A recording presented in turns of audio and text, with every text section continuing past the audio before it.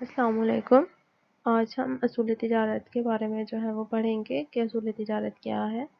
اصول تجارت میں بیسکلی ہم جو ہے وہ ٹریڈ سے ریلیٹڈ ہی جو ہے وہ ہم ڈسکشن کریں گے کہ جو ہے وہ تجارت کیا ہوتی ہے، کیسے کی جاتی ہے، اس کی جو ہے وہ ڈفرینٹ ٹائپس کیا کیا ہیں، ٹھیک ہے۔ اس کے لیے جو آپ لوگوں نے بک لینی ہے وہ قاضی شہزاد احتشام کی بک جو ہے وہ آپ لوگ لیں گے۔ اس میں بیسکلی جو ہے وہ 26 چیپٹرز ہیں، 26 چیپٹر ہیں اس کتاب میں، اور جو ہے وہ ہر چیپٹر میں جو ہے وہ ٹریڈ سے ریلیٹڈ، اس کی ڈفرینٹ ٹائپ سے ریلیٹڈ جو ہے وہ ڈسکشن کی گئی ہے۔ سب سے پہلا جو چیپٹر ہے اس میں ہم جو ہے وہ کاروبار کے بارے میں دیکھیں گے، کاروبار بیسکلی ہے کیا، کس کو ہم کاروبار جو ہے وہ کہتے ہیں۔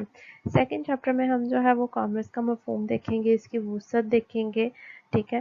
تھرڈ چیپٹر میں ہم واحد ملکیتی کاروبار کے بارے میں جو ہے وہ ڈسکشن کریں گے کہ واحد ملکیتی کاروبار ہوتا کیا ہے۔ فورتھ چیپٹر میں ہم شراکت پارٹنرشپ کو ڈسکس کریں گے۔ ففتھ چیپٹر میں ہم جو ہے وہ کاروباری تنظیم یعنی کہ ہماری جو جوائنٹ اسٹاک کمپنیز ہیں اس کے بارے میں جو ہے وہ پڑھیں گے۔ اس کا جو 5واں، 6واں اور 7واں چیپٹر ہے، یہ تینوں چیپٹر جو ہے وہ کاروباری تنظیم کو جو ہے وہ کور کریں گے، اور ان تینوں چیپٹرز میں جو ہے وہ ہم اس کو ڈسکس کریں گے۔ مینس کے کاروباری تنظیم کو ہم جو ہے وہ اگر ہم نے سٹارٹ کرنا ہے تو ہم جوائنٹ اسٹاک کمپنی جو ہے وہ کیسے سٹارٹ کر سکتے ہیں، پھر اس کے جتنے بھی لیگل ڈاکومنٹس ہیں، جو امپورٹنٹ ڈاکومنٹس ہیں، اس کے بارے میں بھی جو ہے وہ ہم ان چیپٹرز میں ڈسکشن کریں گے۔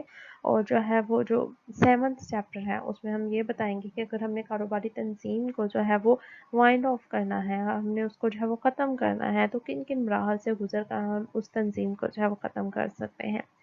8 چیپٹر میں ہم جو ہے وہ انجمن امداد بامی کے بارے میں جو ہے وہ ڈسکس کریں گے۔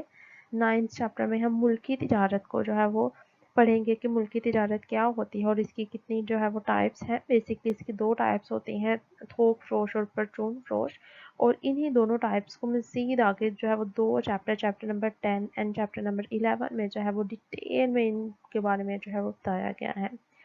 چیپٹر نمبر 12 میں ہم جو ہے وہ غیر ملکی تجارت کے بارے میں پڑھیں گے۔ دین جو ہے وہ غیر ملکی تجارت کی اس میں ڈیفینیشن کریں گے، اس کی جتنی بھی ٹائپس ہیں، اس کے میرٹس کیا کیا ہوتے ہیں، اس کے فائدے، اس کے نقصانات کیا کیا ہوں گے، وہ کریں گے اس میں۔ اور چیپٹر نمبر 13 میں پھر ہم جو ہے وہ درآمدی تجارت کو ڈیٹیل سے پڑھیں گے، اور 14 میں جو ہے وہ برآمدی تجارت کو ڈیٹیل سے پڑھیں گے۔ چیپٹر نمبر 15 میں ہم تجارتی متوسطین یعنی کہ تجارت کو فروغ دینے کے لیے ہمارے جو ہے وہ جو ایجنٹس ہوتے ہیں یا پھر جو ہے وہ جتنے بھی لوگ کارآمد ثابت ہوتے ہیں تجارت کو فروغ دینے کے لیے ان سب کے بارے میں جو ہے وہ ڈیٹیل سے پڑھیں گے۔ چیپٹر نمبر 16 میں ہم سیلز پروموشن کے بارے میں پڑھیں گے کہ سیلز مین جو ہے وہ کون ہوتا ہے، سیل پروموشن کیا چیز ہے، ایڈورٹیزمنٹ سے کمپنیز کو کیا فائدہ ہوتا ہے، ہماری سیل جو ہے وہ انکریز ہوگی، اس کے ذریعے کیسے کیسے یہ سارا جو ہے وہ افیکٹ کرے گا ہماری سیل پہ، اس کے بارے میں پڑھیں گے۔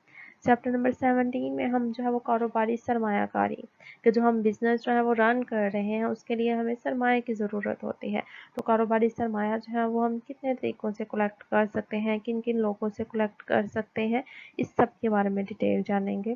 چیپٹر نمبر 18 میں ہم بیمہ کاری انشورنس کے بارے میں جو ہے وہ دیکھیں گے کہ انشورنس کے جو ہے وہ کتنی ٹائپس ہیں، انشورنس ہم کیوں کرواتے ہیں، اس کے فائدے کیا کیا ہوں گے، نقصانات کون کون سے ہوں گے۔ چیپٹر نمبر 19 میں جو ہے وہ ذرائع نقل و حمل کے بارے میں پڑھیں گے کہ کتنے قسم کے ذرائع نقل و حمل جو ہے وہ موجود ہیں، ان میں سب سے زیادہ تیز رفتار کون سا ہے، ہر ذرائع نقل و حمل کا جو ہے وہ فائدہ کیا ہے اور نقصانات کیا ہیں۔